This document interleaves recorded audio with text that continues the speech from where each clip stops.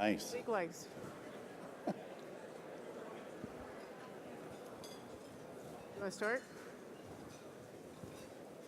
Okay, hello everyone. My name is Bill Sahlman, professor at Harvard Business School for 112 years, roughly. Deborah Quazzo needs no introduction, but she and Michael are, of course, impresarios of this event, along with ASU, and just a remarkable force in the world of education and the world of technology. Dick Kramlich is a venture capitalist of great fame, best known in many ways for starting New Enterprise Associates, NAA, which is one of the most successful and one of the larger venture capital funds in the world. Whenever I get depressed, which is sort of each morning reading the paper, I go visit Dick Kramlich because I've never met a person more engaged in the world and curious about learning and doing things. And he continues to practice his venture capital. Also an expert in the world of video art. So if you really want to get him going, talk to him about video art. This is a panel in which there was no designated leader. You were which is, so I'm filling a vacuum as we speak.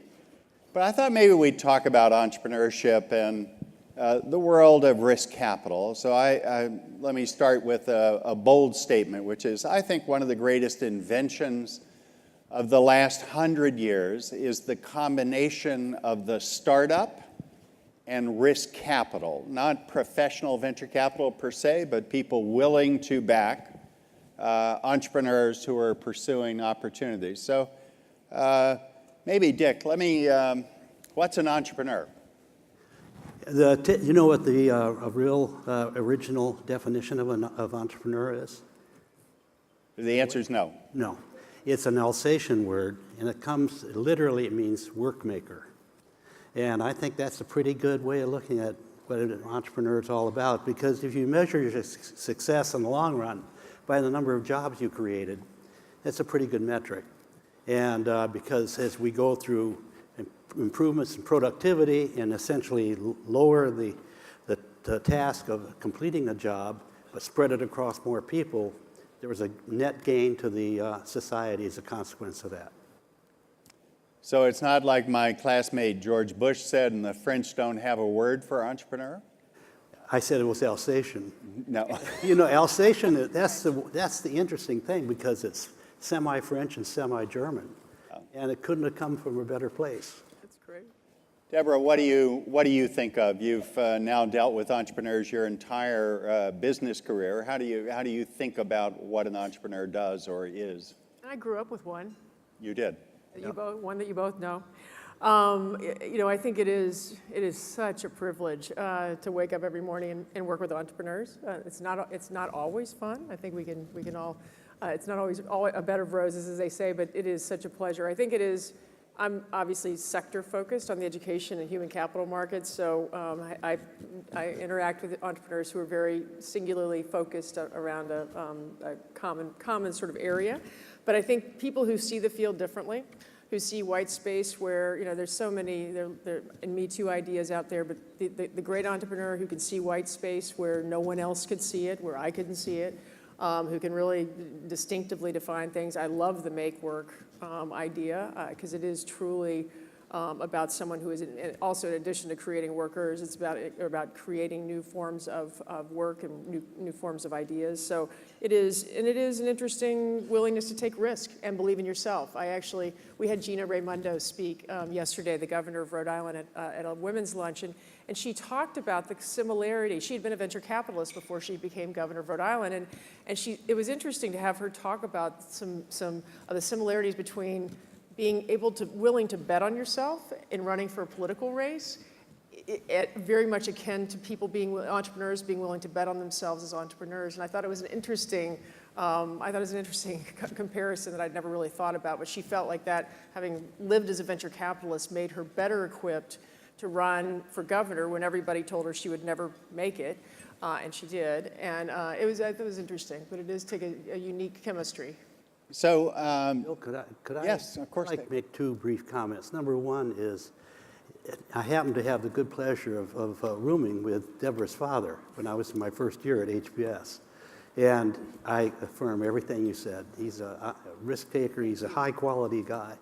And the thing about the venture business that incorporates entrepreneurs, the way you mentioned it, Bill, is that it encouraged at the very onset of what we're talking about, the highest quality people who are willing to take calculated risks around quality and quality of people for the most part. And the second thing is that I'd like to say is that I have never considered myself a financier in any way, shape, or form. I'm sort of a third generation entrepreneur in our own family. And so I've always looked at entrepreneurship as a team sport. And I've always felt, if I could swallow the mission, or I encouraged our teammates to swallow the mission, you can lay everything you have behind it and make the best of it. So I really look at that as a definition of what you can translate a difficult job into a successful outcome. One of the things that absolutely is true, people talk about risk and entrepreneurship, but we don't know anyone who gets up in the morning and says, where can I find risk? It typically is a question of finding reward and then structuring a process by which you can manage the risk to which you're inevitably exposed.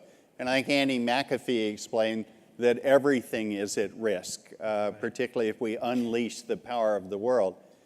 How do we think about, and this is true in the Valley, it's true in other parts of the world, in which failure rates may be 60% in the sense that the companies, 60% of the companies in venture portfolios don't work out. But those people don't fail. They get re-engaged in the process. So how do you think about personal failure and the consequences? How can we get such extraordinary people as who are in this room to agree to do something arguably hard but risky? If you're addressing that to me, what I would say is, first of all, I don't believe in those statistics. And it's because I think you have to say, in terms of numbers, you ought to add in dollar signs on those. And if you have a much smaller number of dollars at risk to begin with, then it doesn't work, it's not a big deal. And on the other hand, if you pour in an untold, and there have been certain cases of that where it's really caused a lot of problems. So I equate those two. My wife says, Dick, when we got married 36 years ago, I knew you were a risk taker, but I didn't know how much of a gambler you were. So I didn't exactly take that as a compliment. But anyway, I think it's all about, as I said, team play. It's all about using a certain amount of wisdom. It's all about actually changing. And this is what I liked about what Andy said at the beginning, is that we're entering a whole new era where we're actually, AI was around for, as he said, 15 years. And, a lot of missed shots on that, actually, missed shots on goal. But now we have, other activities here, like, calculate, some robotics, some in that does help a little bit. Machine learning is a huge deal. There's no doubt about that. I like predictive analytics myself. I think predictive analytics, to the extent that they define such things as sales and gross margin and all that, are very much in the mainstream of what we ought to be doing. So I feel we've just turned the page, and now in the first era of the internet, what we did was primarily local, social, mobile. And now what we're really doing is looking at mainstream manufacturing and applying it to that 70% of the GDP that we lightly touched, but not importantly, in the first 20 years of the internet. So we're in the industrial internet age, and I am so tuned in and turned on about it that you can't believe it. As you're right, I get up in the morning and I'm not looking for problems, but I like to solve them. Yeah. So amazing. Deborah, maybe you could talk about teams, only because I see Michael Moe over here, and There are lots of people in your organization who are critical to the success. Almost every iconic entrepreneur was surrounded by remarkable people, and we overstate the role of that person and understate the importance of team. Maybe you could talk a bit. We're getting rid of the hippos now? Is that the? You're the hippos. You're the, no, I don't think you're hippos. Anything I thought but. that was a great I visual. love the visual. Yeah. I thought Analogy. it was great. I thought it was great. I'm not sure I make the most money either, so it's. No, not. You talk about teams within our own organization or within Well, the just organization what we're you've investing in? observed over time, because you've seen all these people do remarkable things, but it's teams of people. It really is teams. It's so interesting, 'cause if you actually kind of break down, and I'm a neophyte at this, and I actually at some moment, as I reacted, I'm not worthy to be up here with Dick Kramlich or Bill Sahlman, but at some moment I want you to, I know you love going forward only, but at some point I would love you to go back and just give a few comments on how, when you made your investment in Apple, what it was that struck you as being so extraordinary about that opportunity, because if you all don't know, Dick was an original investor in Apple way back in the beginning. My partner, Arthur Rock. Exactly. So I'll take you back there. But I do think it is interesting. If you actually look at, and if you look at the companies within our portfolio, the team coalescence is pretty critical. I think that the dysfunctioning teams will kill a company. They can kill the hippo. They can kill they can kill everybody. Highly functional teams can get you through extreme adversity. We've had a couple of examples of that last year, where high functioning teams were able to power through despite missing numbers for whatever reason, despite having difficulties achieving financing because they missed their numbers, obviously. But high-functioning teams, and I'm sure, and that's true in philanthropic and not-for-profit organizations. That's really that's categorical in any possible organization. But it is high-functioning teams is a pretty crucial crucial dynamic, and I think it's only more so today in a world where work is so collaborative and represented by Slack and other things like that. And the Slackification and the WeWorkization of work has only made that more important, and hierarchy dissolving all around it. So it is the team evaluation of team is critical. So let's go back. Steve Jobs, Steve Wozniak, Ron Wayne, the poor fellow who sold his 10% back to Jobs and Wozniak. What were the critical ingredients of Apple when you first went to visit them and thought about investing? Well, Arthur's my partnership wound up in 1976, and we talked about doing another one, but I thought it was time to, so we officed together during 77. And that was actually the phase of PC was just coming into being, and everybody, it was a cult all around the West Coast at that time. And so I spent most of my time learning about things in that time, just kind of like where we are today in a different era.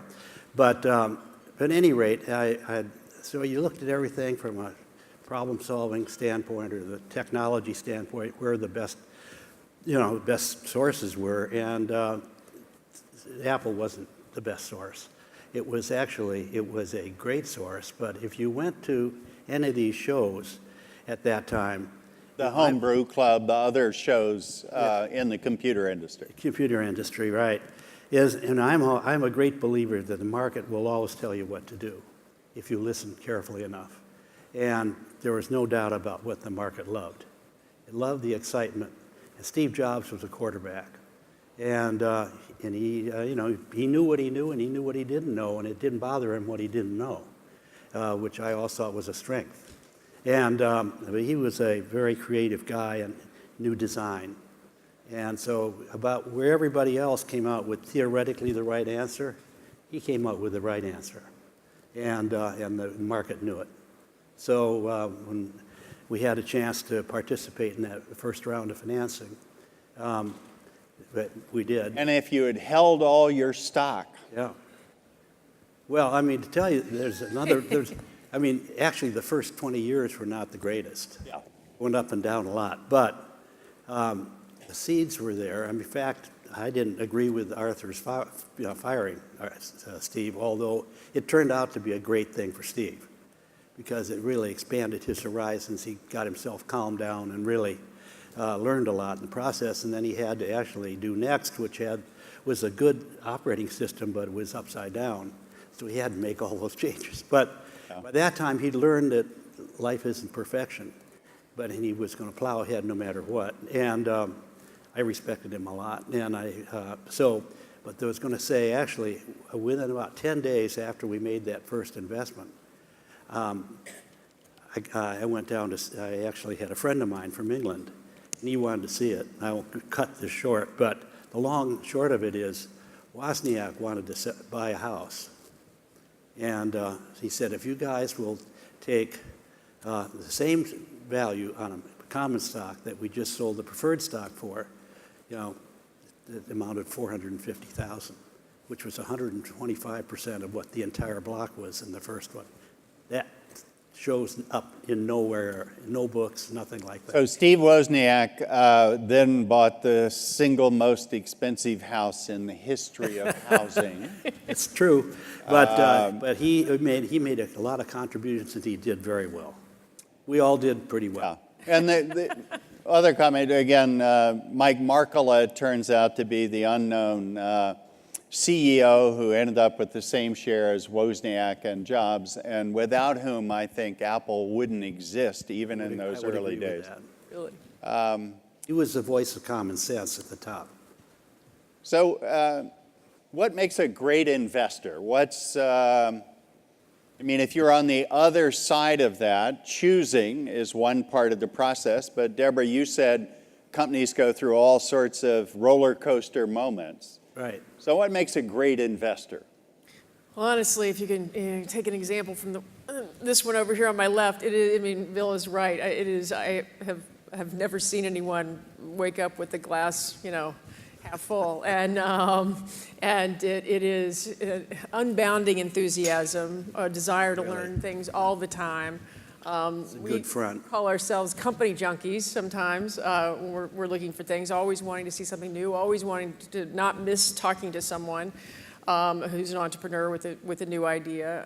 And I think then being able to maintain calm and support in the face of adversity, so that you're behind the team at moments where the last thing in the world they need is for you not to be. And we certainly do see situations where investors get panicked, and that never is helpful.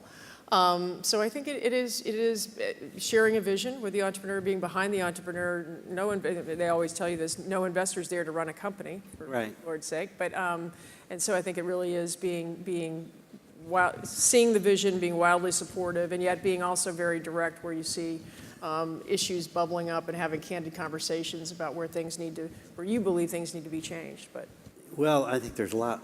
Everything you said is correct. I think problem solving is the main thing, and then knowing what resources it takes to solve a problem, how large the problem is you're trying to solve. Where could this go from where we are, and a lot of seeing beyond the obvious. All these things are all part of it. A lot of it's intuition, but then you have to follow it up with, real facts and real technologies that actually are, life sciences is a perfect case in point of how, the problems are obvious, the solutions are very difficult. And in education, I think you're at a really interesting point there, because I think, as you're looking at scale, education is a scale problem of Socratic method. Really, how far do you take it, and how do you learn from it? So there are all these kinds of broad questions that come into play. So I think what makes a good investor is, first of all, you can't do all this by yourself, and so I think having a good team and being able to ask straight questions and not having a very definite or stubborn look at the market and how do you solve this, being open to new ideas. That's what I really like about today, and I am forward-looking on that, because I really think that we are just beginning. All those charts that Michael showed last night are absolutely right. We're looking at something that's going to transform the world in a multiplier. I look for the multiplier effect all the time, and that's really where we're going. So I think I think what makes good investors, A, having a good team, understanding the transformation that you're likely in, and it only happens once every 5 or 10 years when you get to a change in the direction of the stream, and you're close enough. I said one of our jobs is to see around the corner, and the problem is you have to be at the corner in order to see around it, and so you can't get lazy in this business, and it's really it's a big challenge. You got to stay on top of it all the time, and understand other people who have different points of view or the same points of view or slightly different, and be able to learn as you go. Can I ask you two questions near and dear to my heart? Women in technology, Yep. women in entrepreneurship. We are very proud here at the ASU GSV Summit. We have roughly 400 companies presenting, and we poll it every year. And when consistently, we've had around a third of those companies founded and or led by women. This year, actually, it inched up to about 39%, which, very exciting. Still short of half, but that's okay. It's certainly well ahead of the single digits we see in broader technology. I know you had a mom who was actually a very early pioneer in engineer, STEM. She was an aeronautical engineer in 1930. Which is extraordinary. And so curious how that impacted the way you think about things. Right. And I'm curious how you both see, given the last year of the Me Too movement and everything else that's happened, do you think that we are in a place where we can finally make progress in terms of diversification of the technology workforce, both for women and people of color? And I'm just, anyway, love to hear what you, both you guys think. I think in spades, we're at that spot. And, I think the rate of change is going to be dramatic. It's not going to be linear because there are so many intelligent, non-white Protestants who are, who are there with as much, if not more, talent.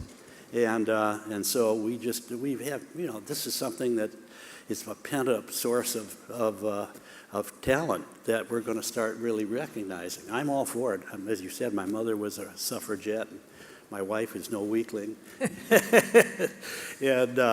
And she got us into this media art thing, and I applaud her every day of the week and what she's doing.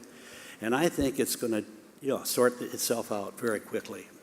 I was the only male on a panel at the Web Summit this year, which had the title "Sexism in the Valley," and let me see, Kara Swisher was on that.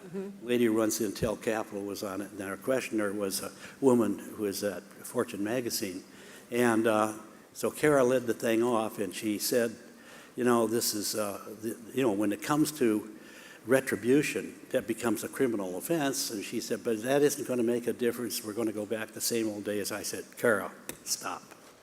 First of all, I agree with you about criminal offenses ought to be treated with criminality intent. That ought to be, this solution ought to fit the problem. However, it isn't going to go back. It has really very little to do with in Silicon Valley. It has to do certainly with the United States and maybe beyond that. But the Middle East has to solve that problem. That's a great source of talent in the Middle East. Women taking off the burqas and becoming real people, and I think, and that goes way beyond that. And so I said, it isn't going to be the same old days, because I said, just think how many. I said, Kara, how many abusers do you know who are winners versus losers? I did a statistical analysis of this. 80% of the abusers are losers. So, because how do you have the time, Bill, to solve a problem, get very engaged, and have time for that kind of junk, This is a fraught question, but I would say men have been allowed to behave like pigs for centuries, and they need to stop behaving like pigs. I agree with that. And men need to do as much to stop that behavior as women, and it's our joint responsibility. Right. I agree with all that. And I hope Harvey Weinberg rots in hell. I don't know that I believe in hell, but charter member. And we're not going to talk politics. But I would also say, in Andy McAfee's talk and Karem Lakhani's work, we know that if you don't know who's at the other end giving the solution, that it's a remarkably open process. And so my hope is that we'll figure out ways to make the opportunities accessible and for talent to show. It could well be that AI assessments of underlying talent that are gender blind and race blind will help us in that regard. I encourage people to read Ray Dalio's Principles. Ray's a very thoughtful man who's trying to bring radical transparency to his organization. And you may not buy into his particular approach, but he's really trying to get information on what people do and how they behave and get feedback and open communication. So I'm incredibly optimistic because I've been at Harvard Business School, and now it's a world where it's a meritocracy, and I'm optimistic about it. That's what we're seeing. And that's part of this educational process that you guys are supporting big time. Well, and in the past decade, I've tried to focus on entrepreneurial solutions to the world's problems. And the world has created an infinite supply of problems. And fortunately, entrepreneurs view problems as opportunities. And no group has a unique insight into how we can solve problems of the environment or problems of education or problems of healthcare. Two greatest taxes in the United States are the cost and poor quality of healthcare and the cost and poor quality and uneven results of education. So we have an unbelievably big problem that you all are in the business of solving, and people like Deborah and Dick and Michael and others need to provide capital and help and support to do that. So I wake up every morning, frankly, quite optimistic about what our human capital can do if it gets its act together. I believe that more than your earlier comment, that you wake up with a dark cloud over your head. And well, I don't read the news anymore, so for anyone who wants to join me in that regard, Twitter is not a feed for me, not working. I told Bill before this that he generated a class that was long after I was there that was called Entrepreneurial Finance. And I said, I would have loved to take that class. Because when I was there, it was all Fortune 500 kind of problems. Right. And now, and you transformed that, and I've always had the highest respect for Bill. I was told when I introduced entrepreneurial finance that entrepreneurship was an intellectual onion, and you peeled back layer after layer and cried. It was a tremendously uplifting moment. But I think there was a lesson in there, which is around passion and commitment. And risk. Angela talked about grit and combining this persistence and learning how to do something important. And I think we're now in a case where we need to have people take responsibility. They need to have grit. We need to provide them with the resources necessary to make mistakes and still get back up and into the game. So if you want to read a book, read Steve Pinker's book or read other books that give you a sense of balance and perspective over a longer period of time. And so again, we need to solve these problems. This is an example of a group that can do things that are extraordinary. And there are just so many examples I can think of in terms of how do you become a good investor that relate to your comment. And that is that when you run into a problem, and you have it somewhat solved, but people who are not part of the solution process are judging whether you should put more money into this or not. That is that happens almost every time in a long journey. And the question is, can you actually uncover enough opportunity in a particular area where you have an opportunity to really scale and grow and provide something that the world has not been able to provide before against the capital it's going to take you to get there. Yeah. And that is really, I mean, I'm thinking out loud, but I remember with one time we had another person in our partnership that had backed these two fellows from Apple who were they were going to start out by doing a junior Oracle, which never got done. And to fill in the gaps in the meantime, they licensed the technology in the East Coast, and it turned out to be FileMaker, which was a pretty good product. And then we had these two fellows. One was about 6 feet tall and a very presentable guy, and the other one was 5'3" and had been a used car salesman in Denver. And then we ran into a problem. The tall guy came in and he said, I think we're doing the right thing, but, I have a family to think. I said, are you asking me if you could quit? He said, yes. I said, good luck. And because I knew that he was a good guy, but he wasn't right for the job. Whereas the little guy had grit, just what you just said. Yeah. And in the meantime, he'd hired somebody who was the head of Bell Northern Research in Northern California. And he decided what he wanted to do. He was an English major. He became a coder after that. And they developed the first electronic presentation product. Yeah. And that was called PowerPoint. And so I went to the partnership and I said, look, we haven't done so well up to now. FileMaker is doing $300,000 or $400,000 a month at that point, but we have this other product that's really a blow-away product. And they said, well, what is it? And I told them presentation products. I said, well, 3M makes this great they have used slides. So Dick. Yeah, and the bottom line is, I called my wife before I did this. I said, Pam, we stopped work in the house out of Stinson Beach, and I'm going to see if I can finance this myself. And she said, not again. And I said, yes. And anyway, so I said, I'll make a deal with you. I'll put up the money per month on the condition that if it's a winner, you guys have it, and if it's a loser, I'll take it. They said, well, we can't turn that down. I said, exactly. That became the first acquisition that Microsoft made. So I'm eternally grateful for entrepreneurship and for people who are willing to put their money where their mouth is and to commit to do things that frankly are risky too. So thank you all for the opportunity. Thank you. All right, thanks.